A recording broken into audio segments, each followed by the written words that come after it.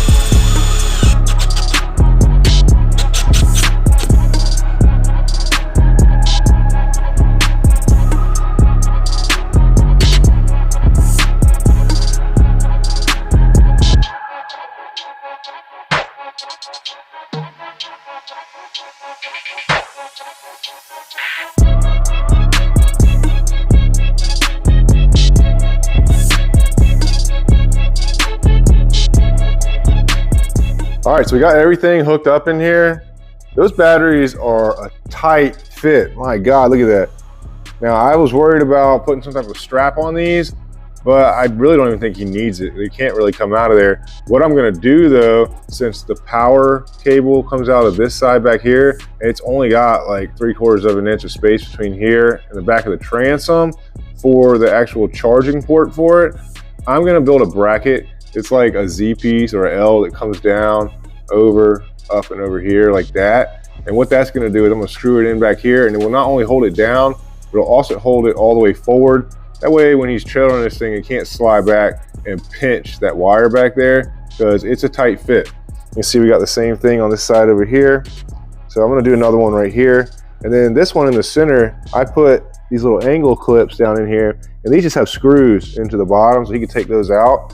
But if he's got to take these batteries out of here, he's definitely going to have to take one of these two side ones out before he's going to get that middle one out. And these things are tight, man. It's going to be a really tight fit. I did put them in here though, so I know that it can happen. But we got all this stuff hooked up. I still got to tighten up a little bit of the wiring. But this is like a relay right here. It's for the controls to turn the electric steering left and right. And then we just got these 3 200 amp hour batteries hooked up in 36 volt, and that's powering this little outboard motor right here. So I'm going to test everything, make sure it's working, and then I'm going to tighten up some of these wires, make these little brackets to hold these batteries in place, and then we'll get on to something else. Let's get back to work. All right, so we got all of these big batteries installed into this bay area back here, and I was thinking about putting a strap on them, but I feel a lot more confident having something that's a little bit more permanent than a strap. So I made this little bracket right here, and you see it's got that angle on there. The corner of the battery is going to fit in there. These holes right here are going to go into the back of the transom. You see how it fits in here? I made one for each side, a pair, a left and a right. And it's going to fit up in there just like that. I'm going to put 2 screws up into the back of the transom. That'll keep this battery from sliding back because the cables for this charger are on this back side right here. We'll get both these things painted. We'll get them installed. Let's get back to work.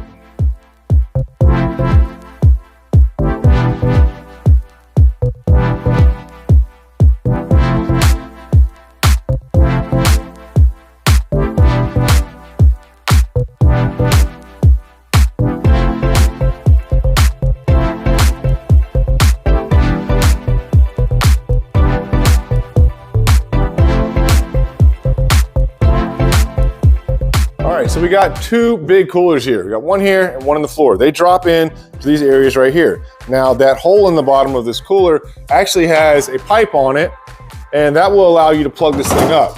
Use the same type of plug that you use for the main drain on the boat and the bottom of this. Now I put a hole into the bottom of the floor, dug this foam out. That way any of the ice that's in here or whatever he's got water in it, he wants to drain it out, he can pull that plug, it'll run down and get to the back of the boat, to the bilge pump or out the drain in the back of the boat. We got 2 of those. I have not attached a sheet right here because I want to foam around these coolers to try to keep them as insulated as possible. So what I'm going to do is I'm going to run a sheet of foam across this back wall, pack some up on this side, and then I'll come back and put some in between them and then drop this one in. Then I can remove that faceplate and pack foam on the front of it, and same thing over here. I still got to make a plate for this. That's going to finish off the inside of that storage compartment right there, but I want to foam as much as I can. I'm going to get both these coolers, put it into this boat, foamed out, and we'll get on to something else. Let's get back to work.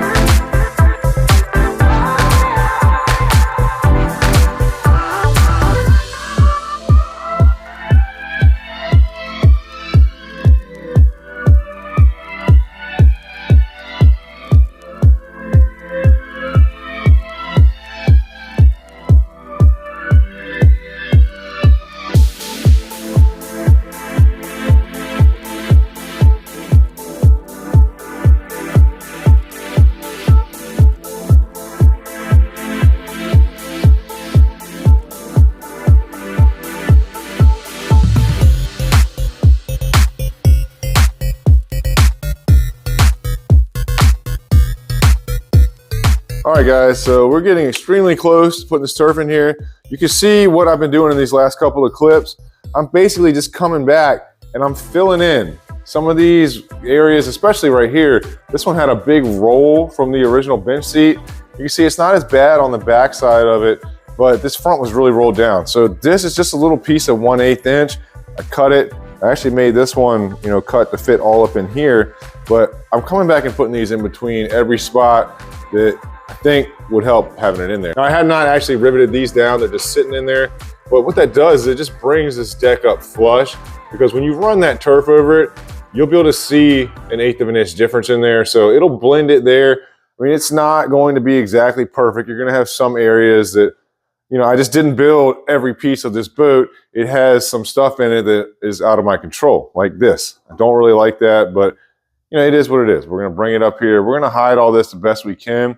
But for the most part, all these little pieces that we're putting in here, this will keep the turf looking flat and streamlined so it doesn't have any big ripples in it. Now, the only thing I have left to do is right up here. Everything from the back of the boat up to here is done. Let me show you something real quick. I did make a mistake that cost me a little bit of time. I wanted to show you guys this so you don't make the same mistake. So look at this, right? This is the plug that's a Garmin power cable. Well, they use the same one for the foot pedal for the trolling motor and for the graphs. Well, I didn't realize that the same exact cable is the same one for this black box, except it only has 2 connections in it. Those for the graphs have 4. So that one, I accidentally installed that back here and had it sticking out of here, and it runs from there back up inside of here and out of that hole. So I couldn't fish it back through there, unfortunately. So I ended up having to take this big battery out of here and then take my panel off so I can get inside and access it, and then pull that new one through and hook it up. So make sure that if you're hooking up multiple Garmin products, especially the black box, you get the right cable for them, because they all look the same. The only difference is the one for the black box only has 2 connection ports inside of it. Anyways, got all that done. From the back of the boat all the way up to here is pretty much done. Everything's ready for turf, just has to be cleaned up and wiped down. Now up inside of here, I gotta tighten up all these wires, make this thing look nice and neat. I do have all of the power cables already pulled up front here for his recessed foot pedal tray. He's gonna have one for each of his graphs. So there's 2 power cables that are coming in here. I do gotta hook those up.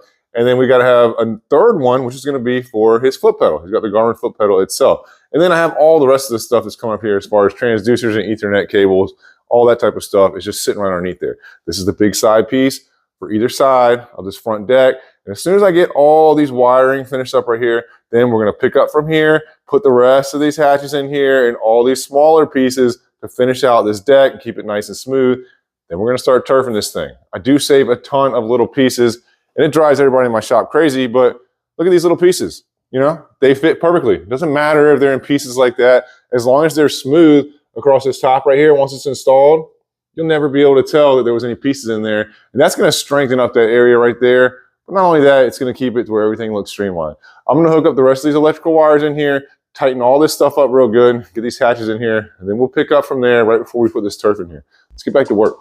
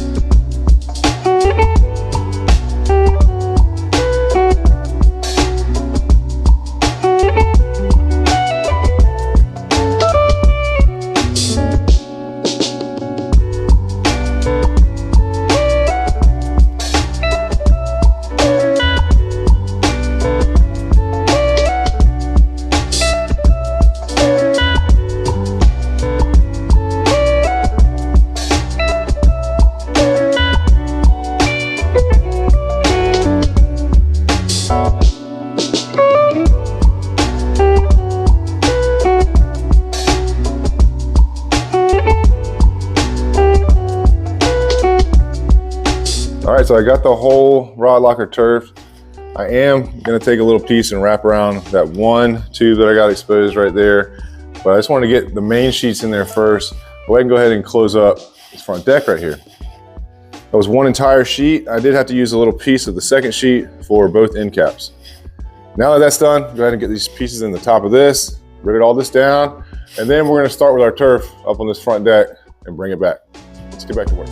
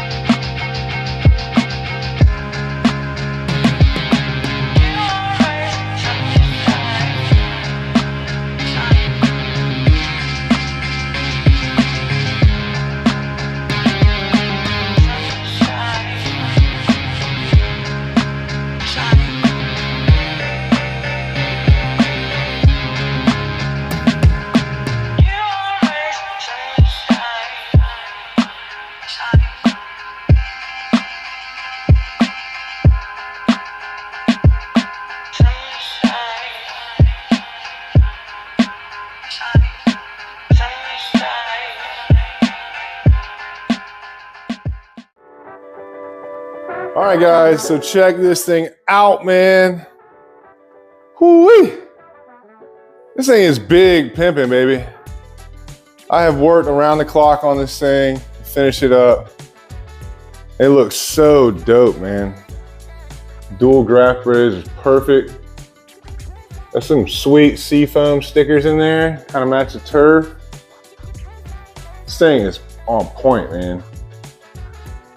Look at this. Whew. It's gonna be really sick. Let's turn the lights on. Still gotta clean up a little bit of stuff in here, but that's all I can do tonight, baby. I just wanted to show it to you guys. Man, that thing is pimping. He's got another 12-inch Garmin back here in the back. I'm hyped, man. This is definitely more than I ever thought it was gonna be. Turned out so good. One of the last thing I gotta do is I gotta put his seats in here. He's got some dope seats I'm gonna put in here. You guys will see that very shortly. I'm gonna put those in there tomorrow. Then I'm gonna take this thing out on the water with my homie SBFISHINGTV. So it's gonna be fun, man. I haven't seen Matt Strikel in a while. And we're gonna do a little walkthrough on the water test with this boat for SBFISHINGTV YouTube channel. That floor, it looks small, but this is actually 36 by 40 inches. Gives you a feel for how big this boat actually is. Look at this rod locker though. This thing turned out dope. It's got lights inside of there. It's sick, man. I put all these drain tubes in here. See the drain tube in the corner? 9-foot, 2-inch rod locker. These decals are sick too. My decal guy hooked it up. Anyways, guys, I'm gonna call it a night. I'm tired. Got a little bit left to do tomorrow, and then we'll take this thing out on the water. All right, guys, the thing is done. It turned out sick, man. It's a big project. A Lowe Roughneck 1860. The beam on this boat's like 7'2". It's got lots of deck space in here, tons of storage. The cool thing is this boat is gonna be sticking around. The guy's local. He fishes with the ROLS, the Ripping Lips Open Series. They're about an hour away from here. So I'm going to be able to check this thing out in a couple of tournaments. Plus, it's gonna be good publicity for me. I did go ahead and put his seats in here. These seats are sick, man. These are the Pro Backs orthopedic boat seats. And the colorway is the Cryptek camo. It kind of matches the wrap and the turf, so they're definitely dope though. They're really comfortable. I'll sit in them and I might have to pick some of those up for my own rig. Man, it is a beautiful day. The sun is shining. I'm getting ready to take this thing out on the water. Just got off the phone with my homie Matt Strikel with SBFISHINGTV. It's about 30 minutes out. We're gonna go do a little walkthrough and reveal for his channel. I'm also gonna shoot a little reveal and walkthrough on the water for this channel. So keep an eye out for both of those, guys. I do appreciate you guys watching. Hit that like, subscribe button, leave a comment. Let me know what you think about this build. This build is a little bit different than most of the stuff that I normally do. It's a little bit older boat. It's a deeper V. It's got seats in it. A lot of guys don't like seats, but I like the seats. I think they're cool. I'm excited to go see SB and put this boat out on the water. So I'm going to get it going right now, guys. I'll see y'all next time. Let's get back to work.